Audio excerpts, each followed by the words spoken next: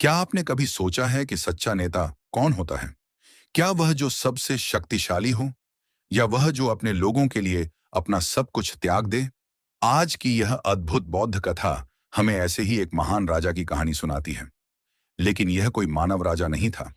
यह था एक बंदरों का राजा, महाकपि। ये कथा केवल एक बंदर की नहीं, बल्कि त्याग, करुणा, नेतृत्व और मानवता की कहानी है। तो आइए महाकपि जातक की इस प्रेरणादायक यात्रा पर चलते हैं। बहुत समय पहले हिमालय की तलहटी में एक विशाल और सुंदर जंगल था। घने वृक्ष, कल कल बहती नदियां, मधुर पक्षियों का संगीत और प्रकृति की अनुपम शांति। उसी जंगल में एक बहुत बड़ा आम का वृक्ष था। उस वृक्ष पर मीठे और सुगंधित आम लगते थे। उस वृक्ष पर हजारों बंदरों का एक समूह रहता था। उन सब का राजा था महाकपि। महाकपि केवल बलवान ही नहीं था, बल्कि बुद्धिमान, दयालु और दूरदर्शी भी था। वह अपनी प्रजा को अपने परिवार की तरह मानता था। उसका एक ही नियम था, सबकी सुरक्षा सबसे पहले। एक दिन उसने देखा कि वृक्ष की कुछ शाखाएं नदी के ऊपर तक फैली हुई हैं। उसे चिंता हुई कि यदि कोई पका हुआ आम नदी में गिर गया तो वह बहते बहते मनुष्यों तक पहुंच जाएगा, और यदि मनुष्यों को इस वृक्ष का पता चल गया तो बंदरों का जीवन संकट में पड़ जाएगा। इसलिए उसने सभी बंदरों को आदेश दिया कि नदी की ओर लटकते हुए सभी फलों को समय रहते तोड़ लिया जाए। बंदरों ने राजा की आज्ञा का पालन किया, लेकिन प्रकृति की अपनी योजना थी। एक छोटा सा आम पत्तों के पीछे छिपा रह गया। किसी की नजर उस पर नहीं पड़ी। कुछ दिनों बाद वह आम पककर नदी में गिर गया। नदी उसे बहाकर दूर एक राज्य तक ले गई। एक दिन राज्य का राजा अपने सैनिकों के साथ नदी किनारे घूम रहा था। तभी उसकी नजर उस अद्भुत फल पर पड़ी। राजा ने वह आम चखा। उसका स्वाद इतना मधुर था कि उसने ऐसा फल पहले कभी नहीं खाया था। राजा ने तुरंत आदेश दिया, जिस वृक्ष पर यह फल लगा है उसे खोजा जाए। सैनिकों ने खोज शुरू कर दी। आखिरकार वे उस विशाल आम के वृक्ष तक पहुंच गए। उन्होंने देखा कि वहां हजारों बंदर रहते हैं। राजा भी वहां पहुंच गया, लेकिन फल के प्रति उसका लोभ बढ़ चुका था। उसने सोचा, यदि ये बंदर यहां रहेंगे तो फल नष्ट कर देंगे। उसने सैनिकों को आदेश दिया, सभी बंदरों को मार दो। ये सुनते ही पूरे जंगल में भय फैल गया। बंदर घबरा गए। चारों ओर चीख पुकार मच गई। लेकिन उस कठिन समय में भी महाकपि शांत रहा। उसने तेजी से स्थिति का आकलन किया। उसने देखा कि पास ही नदी के दूसरी ओर सुरक्षित जंगल है, लेकिन वहां तक पहुंचने का कोई रास्ता नहीं था।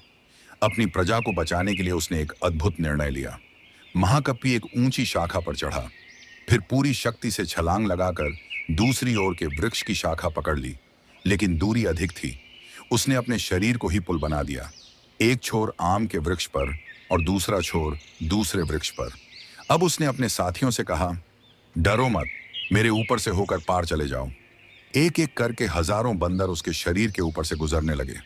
महाकपि असहनीय पीड़ा सह रहा था, लेकिन उसके चेहरे पर चिंता नहीं थी। उसे केवल अपनी प्रजा की सुरक्षा की चिंता थी। आखिरकार लगभग सभी बंदर सुरक्षित पार पहुंच गए, लेकिन इस प्रक्रिया में उसका शरीर बुरी तरह घायल हो चुका था। राजा यह दृश्य देख रहा था। उसकी आंखों के सामने एक ऐसा त्याग था जिसकी उसने कभी कल्पना भी नहीं की थी।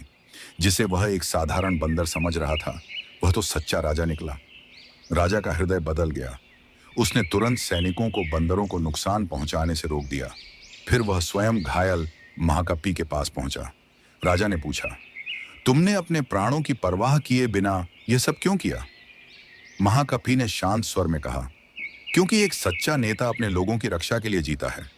राजा का सुख उसकी प्रजा के सुख में है। राजा का जीवन उसकी प्रजा के जीवन से बड़ा नहीं होता। यह सुनकर राजा की आंखें नम हो गईं। उसने पहली बार समझा कि नेतृत्व का अर्थ सत्ता नहीं, सेवा है। शक्ति नहीं, त्याग है। स्वार्थ नहीं, करुणा है।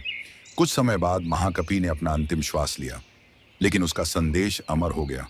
भगवान बुद्ध ने अपने शिष्यों को यह कथा सुनाकर समझाया था कि करुणा और त्याग ही सच्चे नेतृत्व की पहचान है।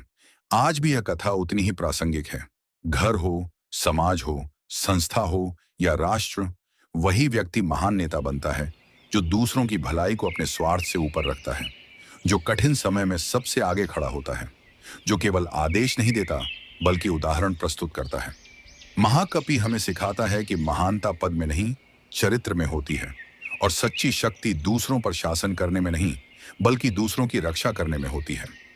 यदि आपको महाकवि जातक की यह प्रेरणादायक कथा पसंद आई हो, तो वीडियो को लाइक करें, अपने मित्रों और परिवार के साथ शेयर करें और चैनल को सब्सक्राइब करना न भूलें।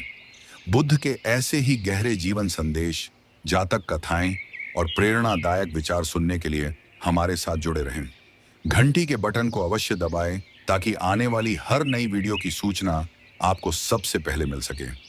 याद रखिए, सच्चा नेतृत्व शक्ति से नहीं, त्याग और करुणा से जन्म लेता है। धन्यवाद।